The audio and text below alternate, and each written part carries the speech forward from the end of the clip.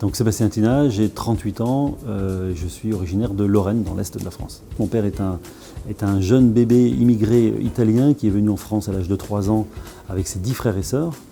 Et j'ai grandi dans une cité fabriquée de toutes pièces pour les travailleurs étrangers.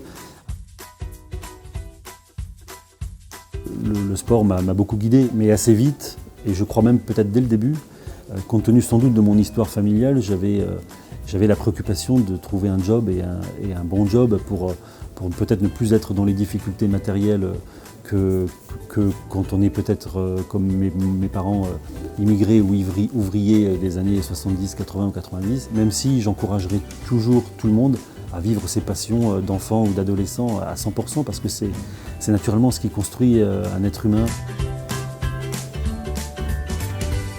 J'ai eu la chance de travailler dès l'âge de 16 ans dans un supermarché, Cora, où je travaillais pendant mes vacances de 5h du matin à 11h du matin.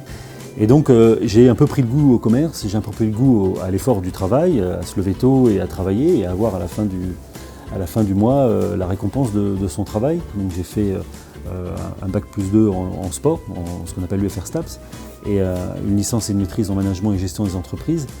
Et ce diplôme-là m'a permis après de faire un concours transversal pour intégrer une école de commerce, sans du coup payer les premières années, sans du coup payer la prépa. Et je suis resté dans mes premiers amours dès le début et toujours, aujourd'hui encore, donc ça fait 21 ans maintenant que je m'amusais à tirer mes palettes dans les supermarchés Cora. Et après j'ai intégré d'autres entreprises de distribution grâce sans doute à cette expérience dès l'âge de 16 ans et mes diplômes bien sûr. Et enfin Bricoman, je suis rentré chez Bricoman il y a maintenant presque 7 ans.